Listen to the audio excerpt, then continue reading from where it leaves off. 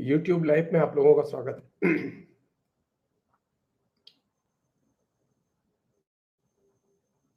ये जो हमने सीरीज शुरू की है एंटी मुस्लिम हेट कैंपेन के खिलाफ,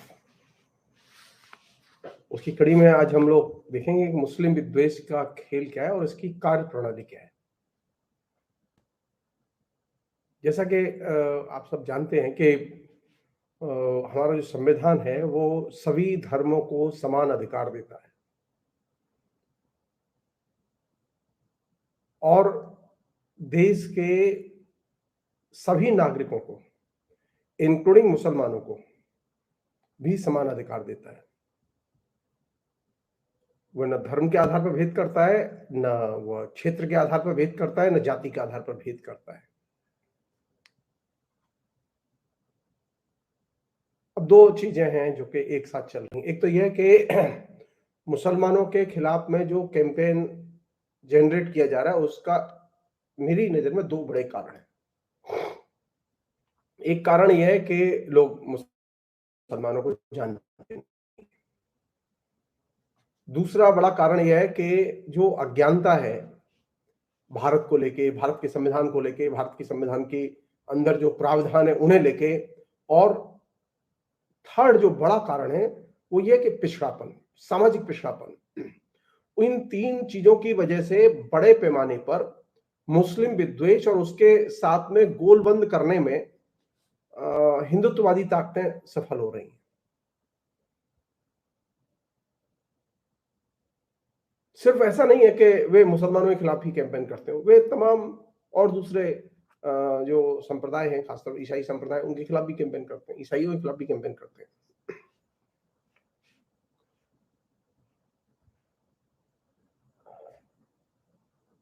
लेकिन भारत में एक बड़े पैमाने पर मुस्लिम और गैर मुस्लिम के बीच में जो डिवीजन है वो डिवीजन धीरे धीरे धीरे और ज्यादा फैलता जा रहा है। ये चिंता की चीज है। और ये जो मुसलमान और गैर मुसलमानों के बीच में जो गैप बढ़ रहा है उसने असंतोष और नफरत इन दोनों को ही एग्रीवेट करने में, उसे और ज्यादा आक्रामक बनाने में महत्वपूर्ण भूमिका अदा की है। तो इसका पहला जो सबसे बड़ा समाधान तो यह है कि मुसलमानों के साथ में आइसोलेशन खत्म किया जाना चाहिए। मुसलमानों को अलग करके देखने रहने की जो एक तरह से आदत डाल दी गई है पिछले कई दशक में, उससे निकलने की जरूरत है। हेट कैंपेन का प्रत्युत्तर यही है कि मुसलमानों के साथ में मिलजुल कर रहो। उनकी कोशिश यह है कि मुसलमानों को अलग रखा जाए, मुसलमानों की बस्तियां अलग हों, मुसलमानों की दुकानें अलग हों।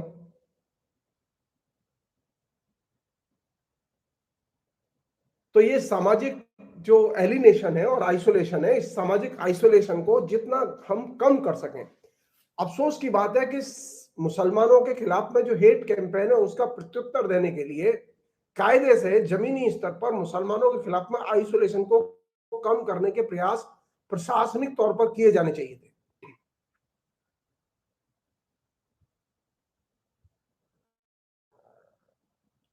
मुसलमानों को सामाजिक तौर पर आइसोलेट करके रखने का एक परिणाम तो यह है कि आप आसानी से मुसलमानों के खिलाफ कैंपेन कर सकते हैं। दूसरा एक उसका साइड इफेक्ट यह है कि मुसलमानों में भी ये जो सो कॉल्ड रेडिकलाइजेशन है या कट्टरतावाद है, उसकी जो ताकतें हैं वे एक्टिव हो जाती हैं।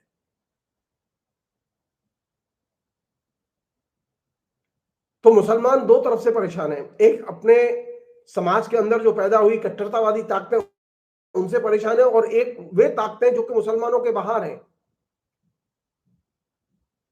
जो कट्टरतावादी हैं, वे उनसे भी परेशान है। मुसलमान दोनों तरफ से मार खा रहा है। मुस्लिम कट्टरतावादियों से मार खा रहा है और वो हिंदुत्ववादी जो कट्टरतावादी है उनसे भी मार खा रहा है।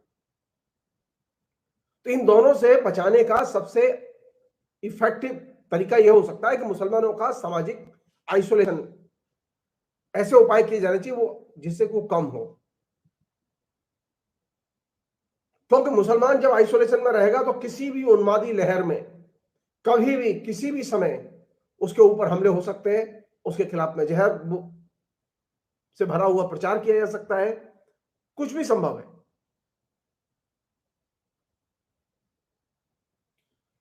तो अगर मुसलमानों को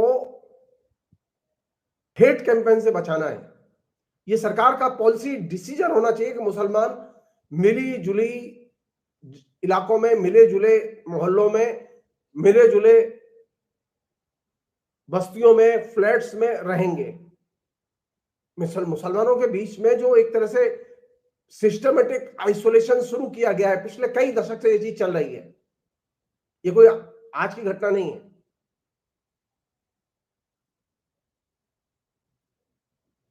इधर जो हुआ है वो ये कि मुसलमानों के खिलाफ में जो नफरत अंदर थी, वो नफरत अब सरफेस पर आ गई है, और आइसोलेशन ने उसके लिए एक तरह से अनुकूल माहौल बनाने में मदद की है।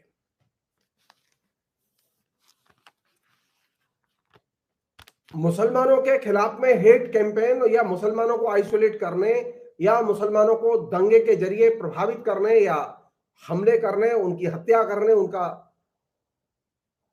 आर्थिक नुकसान करने का जो सबसे बड़ा दबाव है वो किस पर है? मुसलमान पर तो है ही। जो निर्दोष मुसलमान है वे तो मारे जाएंगे ही, उनकी संपत्ति नष्ट होगी, लेकिन इसका सबसे बड़ा दबाव पड़ रहा है प्रशासनिक मशीनरी, सेना पर, अर्धसैन्य बलों पर, पुलिस पर। और इसके चलते हो ये रहा है कि एक तरह से जो सैन्य उद्योग है, वो सैन्य उद्योग खूब फल फूल रहा है। सुरक्षा एजेंसियां सबसे ज्यादा दबाव में और सैन्य उद्योग मुनाफे कमा रहा है। क्यों? क्योंकि मुसलमानों को लेकर जिस तरह से हेट कैंपेन चल रहा है, उसमें अब हर मुसलमान संदेह के घेरे में, और हर मुसलमान भय से पीड़ित है। और मुसलमान ही नहीं, मुसलमान को लेकर गैर मुस्लिम भी भय से पीड़ित है। एक दूसरे को आशंका और संदेह की नजर से देखते हैं।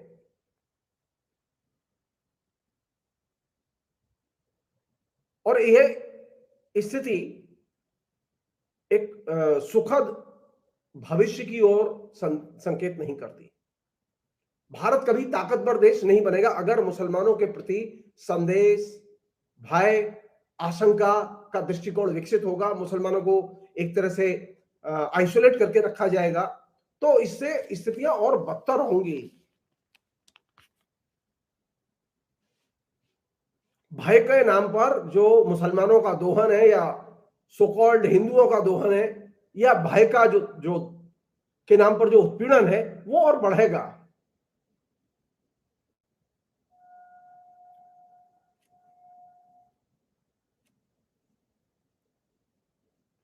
एक और फिनोमेना देखा गया है, वो बहुत ही इंपॉर्टेंट फिनोमेना है। मुस्लिम विद्वेष को हाईलाइट करने के लिए और मुसलमानों के प्रति नफरत को जनरेट करने के लिए सबसे अधिक कहानियां जो आती हैं वो स्त्री उत्पीड़न की और स्त्रियों के शोषण की आती है। मुसलमानों में स्त्रियों का शोषण कैसे होता है, मुसलमान कैसे बुरे हैं, जबकि वास्तविकता यह है कि स्त्रियों की स्थिति हिंदुओं में भी उतनी ही खराब है जितनी मुसलमानों में, बल्कि उससे ज्यादा खराब है। तो आप ये बात गौर करेंगे कि जिस समय एंटी मुस्लिम कैंपेन चल रहा होता है और वो हीट पर होता है, उसी समय स्त्रियों के साथ में दुर्व्यवहार की, दुराचार की, बलात्कार की मुसलमानों के द्वारा खबरें मीडिया में अधिक से अधिक आती हैं, जिससे कि वो मुस्लिम विद्वेष को एक तरह से जायज ठहराया जाए।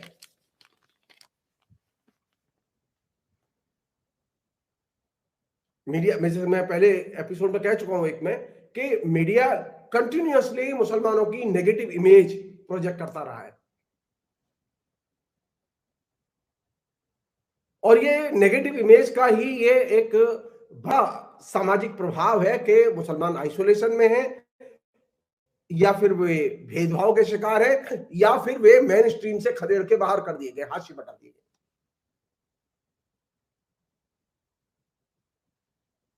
जब आप किसी भी धर्म के मानने वालों को सामाजिक आइसोलेशन में रखेंगे, सामाजिक तौर पर अलग थलग रखेंगे, उन्हें समाज में घुलने मिलने नहीं देंगे दूसरे लोगों से, या दूसरे धर्म और संप्रदाय के लोग उनसे घुलेंगे मिलेंगे नहीं,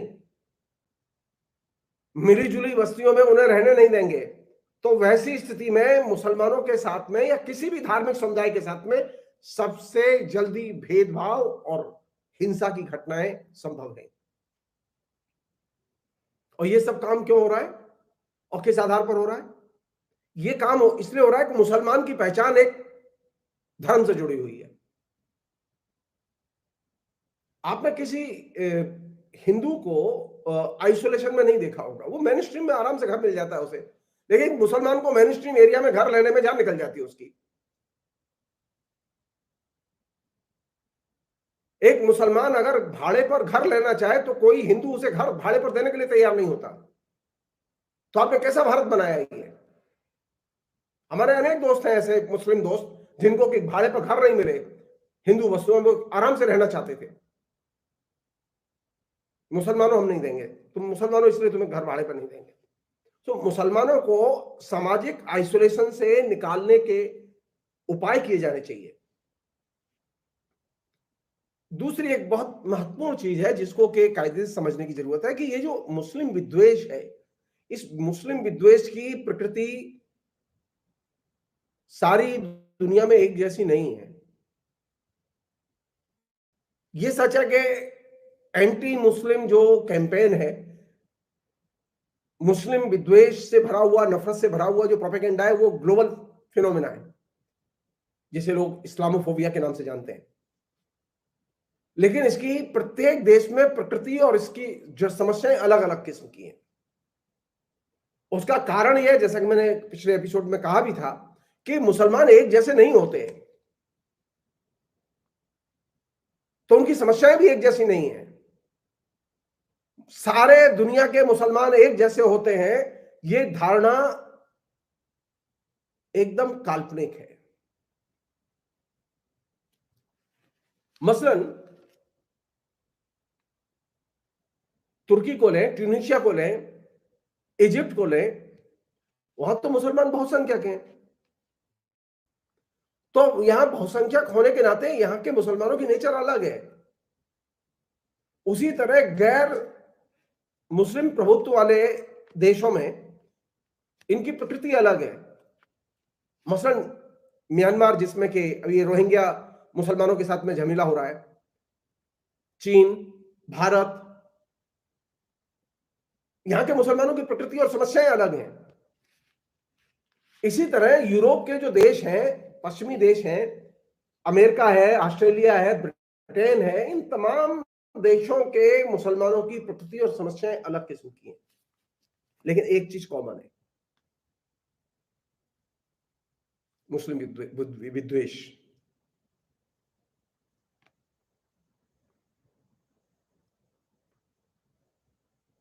चार किस्म की चीजें मीडिया के कवरेज में आमतौर पर देखी गई हैं मुसलमानों को लेकर। एक तो ये कि मुसलमान, पहला जो कवरेज है वो तो ये कि मुसलमान एक जैसे होते हैं, वो चाहे जिस देश के हों, सारे मुसलमान एक जैसे होते हैं। दूसरी इमेज जो मीडिया में प्रोजेक्ट की गई है वो ये कि मुसलमान आतंकवादी होते हैं। तीसरी इमेज जो प्रोजेक्ट की गई है वो ये कि मुसलमान बड़े पिछड़े होते हैं। और चौथी इमेज जो प्रोजेक्ट की गई है वो ये कि मुसलमान पश्चिमीकरण के या पाश्चात्य जीवन मूल्यों के, पाश्चात्य संस्कृति के विरोधी होते हैं। ये चार रूप मोटे तौर पर मीडिया कवरेज में मुसलमानों के खिलाफ में सामने आई है। इसमें पहली चीज, यानी मुसलमान एक जैसे होते हैं, उसमें विनम्रता से ये बात मैं दर्ज कराना चाहता हूं कि मुसलमान सारी दुनिया में एक जैसे नहीं है। मुसलमानों को न जानने के कारण ये धारणा हमारे बीच में आई है। मुसलमानों में भी नेशनलिटीगत, एथनिकगत वैविध्य और बहुलतावाद है। उनकी यहां तक कि धार्मिक मान्यताएं और आचार व्यवहार भी अलग अलग किस्म के हैं। उनकी भिन्न भिन्न किस्म की भाषाई और सांस्कृतिक पृष्ठभूमि भी है, इसलिए मुसलमान एक जैसे नहीं होते। भारत में भी नहीं है। बांग्लादेश का मुसलमान, बंगाल में रहने वाला मुसलमान और कर्नाटक का मुसलमान, इनकी प्रकृति एक जैसी नहीं है।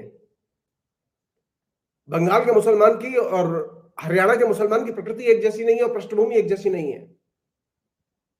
उसी तरह भारत के मुसलमान और इजिप्ट के मुसलमान एक जैसे नहीं है। क्यों? क्योंकि इनके अंदर जो भाषाई विविधता है, नेशनलिटी की विविधता है, इनकी जो सांस्कृतिक विविधता है वो काम करती है। इसलिए ये तर्क और प्रोपेगेंडा बुनियादी तौर पर झूठ से भरा हुआ है कि मुसलमान एक जैसे होते हैं। जी नहीं, मुसलमानों में विविधता है, बहुलता है, सांस्कृतिक और जातीयतावादी वैविध्य है, भाषागत वैविध्य है। जो ही आप मुसलमान एक जैसे होते हैं, आप पहला काम यह करते हैं कि आप मुसलमानों के अंदर वैविध्य को और बहुलतावाद को अस्वीकार करते हैं, उनके अंतरों और अंतर्विरोधों को अस्वीकार करते हैं, जबकि विश्व स्तर पर वे भिन्न भिन्न रूप में हमें मिलते हैं। विभिन्न किस्म की उनकी परंपराएं हैं, देशज परंपराएं हैं। पेप रिसर्च सेंटर ने जो 2015 में एक अध्ययन कराया, उसके अनुसार सारी दुनिया में तकरीबन 24% मुसलमान है कुल आबादी का, विश्व की कुल आबादी का, यानी 1.8 बिलियन मुस्लिम व्यक्ति रहते हैं सारी दुनिया में। यही वजह है कि मुसलमानों के अंदर वैविध्य है, इसे अस्वीकार करना संभव नहीं है। मुसलमानों में सिया, सुन्नी, अरब, एशियन, अश्वेत अफ्रीकी, श्वेत मुसलमान, ये तमाम किस्म की बैकग्राउंड के मुसलमान मिल जाएंगे आपको। मोटे तौर पर मुसलमानों दो ग्रुप हैं, एक सिया है और एक सुन्नी है। इनमें सुन्नी मुसलमान में 4 इस्लामिक संप्रदाय हैं। उसी तरह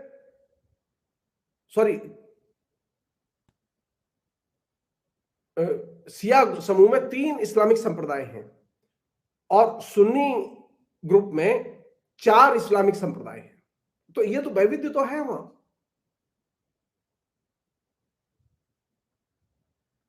इसके अलावा सूफी हैं, अहमदिया हैं, ये तमाम किस्म के मुस्लिम मतलब समूह हैं, संप्रदाय हैं। इसका मतलब यह है कि मुसलमान विविधता के प्रतीक हैं, वे इकसार इमेज के प्रतीक नहीं है। मुसलमान एक जैसे नहीं होते, उनमें भी इस्लाम के अलग अलग किस्म के रूप हैं प्रचलन में।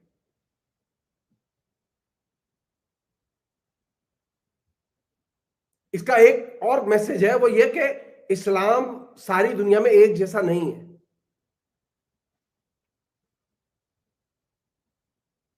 जब हम मुस्लिम जनसंख्या की, पॉपुलेशन की बात करते हैं, तो हमें उसमें जो वैविध्य है उस वैविध्य को ध्यान में रखना चाहिए।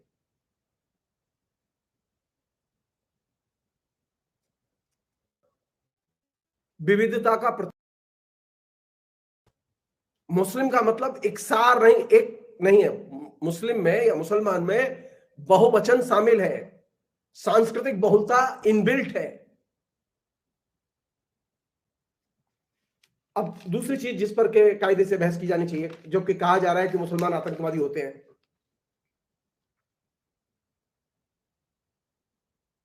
यह भी कहा जा रहा है कि अधिकतर जो आतंकी हमले हुए हैं उनके लिए जिम्मेदार हुए हैं क्योंकि वहां मुसलमान पकड़े गए हैं। आप जरा विश्व परिदृश्य पर नजर डालिए।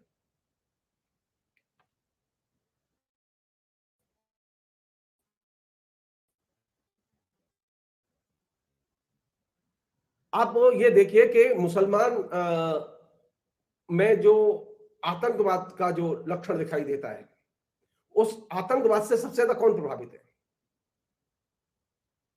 अगर मुसलमानों में आतंकवाद है, जैसा कि कहा जा रहा है कश्मीर में आतंकवाद है, क्यों? कश्मीर में मुसलमान है सबसे ज्यादा, तो वहां कश्मीर की जो बहुसंख्यक पॉपुलेशन है वो सबसे ज्यादा परेशान है कि हिंदू परेशान है वहां? कश्मीर में अगर मुस्लिम आतंकवादी हैं तो वो किसे परेशान कर रहे हैं? उनकी वजह से कौन लोग कष्ट पा रहे हैं? उसकी वजह से मुसलमान कष्ट पा रहे हैं। उसकी वजह से हिंदू कष्ट नहीं पा रहे। दूसरी चीज भारत के संदर्भ में बहुत महत्वपूर्ण है, क्या सिर्फ मुसलमानों में आतंकवादी पाए गए? पंजाब में आतंकवाद कौन लेके आया? कौन लोग थे? नागालैंड में, मिजोरम में, मेघालय में आतंकवाद के प्रति कौन है? कोई मुसलमान है वहां? यह गलत धारणा है। आतंकवादी किसी भी जाति और समूह से हो सकता है, इसका कतई अर्थ नहीं है कि वहां उस जाति समूह के सारे लोग आतंकवादी हैं। इस पूरे कैंपेन ने मुसलमान आतंकवादी होते हैं, इस पूरे कैंपेन ने हुआ एक आतंकवादी और नागरिक मुसलमान की जो पहचान का जो अंतर है, उस अंतर को खत्म कर दिया। और आप ये भूल गए कि अगर मुस्लिम आतंकवादी है तो वो सबसे ज्यादा किसको डिस्टर्ब कर रहे हैं? वे मुसलमानों को सबसे ज्यादा डिस्टर्ब कर रहे हैं। कश्मीर में सबसे ज्यादा प्रभावित है मुसलमान। सैकड़ों हजारों मुस्लिम परिवारों को तबाह किया है मुस्लिम आतंकवादियों ने कश्मीर में। जितने कश्मीरी माइग्रेट किए, कश्मीरी पंडित, उससे बड़ी संख्या में लोग वहां मारे गए हैं जो मुसलमान थे। नुकसान और बिजनेस का नुकसान मुस्लिम नागरिकों का हुआ जो कश्मीर में अभी भी रहते हैं। तो गलत बात है, ये प्रोपेगेंडा गलत है कि मुसलमान आतंकवादी होते हैं, बल्कि वास्तविकता यह है कि आतंकवाद से मुसलमान सबसे ज्यादा प्रभावित है। सबसे ज्यादा नुकसान मुसलमान का हो रहा है। दूसरी चीज जो एक बहुत बड़ी सच्चाई है, अधिकतर जो आतंकी समूह हैं, चाहे वो अलकायदा हो, चाहे वो बिन लादेन वाला ग्रुप हो, चाहे वो मुजाहिदीन हो, इनसे कौन से देश प्रभावित है सबसे ज्यादा? मुस्लिम देश, जो मुस्लिम पॉपुलेशन जहां सबसे अधिक है, वो चाहे पाकिस्तान हो, चाहे वो लीबिया हो, चाहे वो इराक हो, चाहे वो यमन हो। तो ये कहना कि मुस्लिम आतंकवादी दूसरों को, दूसरे संप्रदाय के लोगों को परेशान करते हैं, उत्पीड़ित करते हैं, हमले करते हैं, ये तथ्यहीन है। बल्कि मुस्लिम आतंकवादी वस्तुतः मुसलमानों के अधिकारों पर हमले करते हैं और मुसलमानों को उत्पीड़ित करते हैं। सारे मुस्लिम देशों में वे टेररिस्ट ग्रुप एक्टिव हैं। और वे टेररिस्ट ग्रुप किसकी मदद से एक्टिव है? कौन है वे लोग जिन्होंने कि ये सो कॉल्ड इस्लामिक टेररिज्म पैदा किया? सीआईए। पेंटागन के और सीआईए के दस्तावेज इंटरनेट पर उपलब्ध हैं, जिन्हें जाके आप कोई भी पढ़ सकता है। कोई भी जाके पढ़ सकता है कैसे मुजाहिदीन का गठन किया गया और बाकायदा अमेरिकी सीनेट से फंडिंग देके मुजाहिदीन को खड़ा किया गया अफगानिस्तान में सोवियत सेनाओं को लड़ने के नाम पर, और उसे पूरे सब कॉन्टिनेंट में टेररिस्टों की एक तरह से सप्लाई की गई। तो आपको सीआईए के खिलाफ बोलने वाले लोग नहीं मिलेंगे, आपको पेंटागन के खिलाफ, अमेरिका के खिलाफ बोलने वाले लोग नहीं मिलेंगे, जो कि असल में इस्लामिक टेररिज्म की फंडिंग के लिए जिम्मेदार है। इस्लामिक जो टेररिस्ट ऑर्गेनाइजेशन है उनके निर्माण के लिए जिम्मेदार है, चाहे वो सीरिया में हो, चाहे वो लीबिया में हो, चाहे वो इराक में हो, चाहे वो इजिप्ट में हो, चाहे वो पाकिस्तान में हो, या वो भारत नियंत्रित कश्मीर में हो।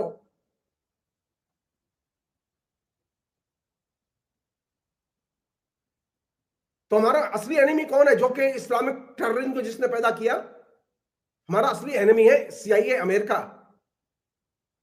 लेकिन हमारे मुंह में से तो एक शब्द नहीं निकलता, हमारे जो शासक है उनके मुंह से एक शब्द नहीं निकलता।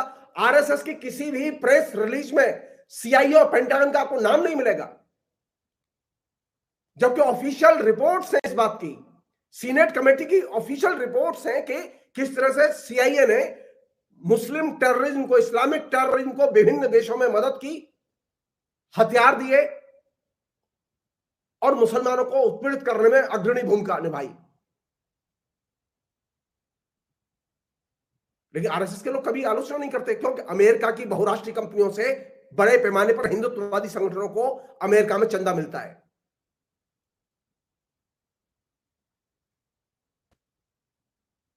और आपके जहन में एक चीज उतार दी गई, मुसलमान आतंकवादी होते हैं।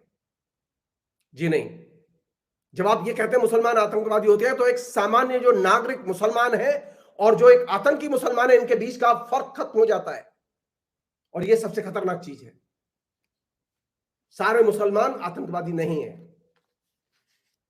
और जैसा कि मैंने आपसे कहा, मेघालय में कौन लोग थे, मिजोरम में कौन लोग थे आतंकवादी, आज भी हैं। उनके कैंप, उल्फा के लोगों के कैंप, बोडो आंदोलन के आतंकवादियों के कैंप कहां लगे हुए थे, आज भी हैं। किसका अलायंस हुआ उनके साथ में? उल्फा और बोडो जो आतंकवादी गिरोह थे, उनका अलायंस हुआ बीजेपी के साथ। त्रिपुरा में जो सरकार बनी है बीजेपी की, वो वहां के जो आतंकी ग्रुप है त्रिपुरा का, उसके साथ गठजोड़ करके सरकार बनी है। सब लोग जानते हैं इस बात को कि कश्मीर में जो हुर्रियत कॉन्फ्रेंस है, उस हुर्रियत कॉन्फ्रेंस के साथ में महबूबा मुफ्ती का गहरे संबंध है। इसको जानते हुए भी नरेंद्र मोदी ने महबूबा मुफ्ती के साथ अलायंस किया, इलेक्शन लड़ा, सरकार बनाई। तब आपको समझ में नहीं आई ये बात तो मुसलमान आतंकवादी होते हैं। आप अलायंस करें आतंकवादी समूह से, तब वे धर्मात्मा हो जाते हैं। और जनता के अंदर भ्रम पैदा करने के लिए सारे मुसलमान आतंकवादी होते हैं, इसके नाम पर आप सारे देश में नफरत का प्रचार करें, ये एक्सेप्टेबल नहीं है। एक अन्य चीज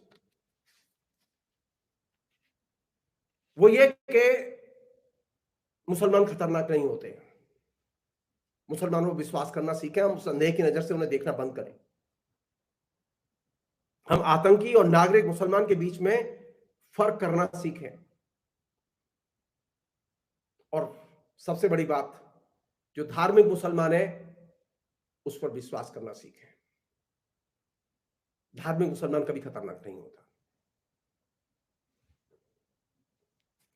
और ये धारणा दिमाग से निकाल दीजिए जो आपके दिमाग पर बिठाई जा रही है बार बार कैंपेन करके, मुसलमान बुरे होते हैं। ये दिमाग से निकाल दीजिए। इसी तरह वे मुसलमान भी बुरे नहीं है जो की जरूरत है, और ये पहली शर्त है। तो जो मुसलमानों के बारे में जो दो मिथ जिनकी चर्चा मैंने आपसे की, एक मिथ ये कि मुसलमान एक जैसे होते हैं, और दूसरा मिथ ये कि मुसलमान आतंकवादी होते हैं। इनकी मैंने चर्चा की। बाकी जो दो मिथ है उनकी सच्चाई की चर्चा हम अगले एपिसोड में करेंगे। फिलहाल इतना ही। बहुत बहुत शुक्रिया। Thank you.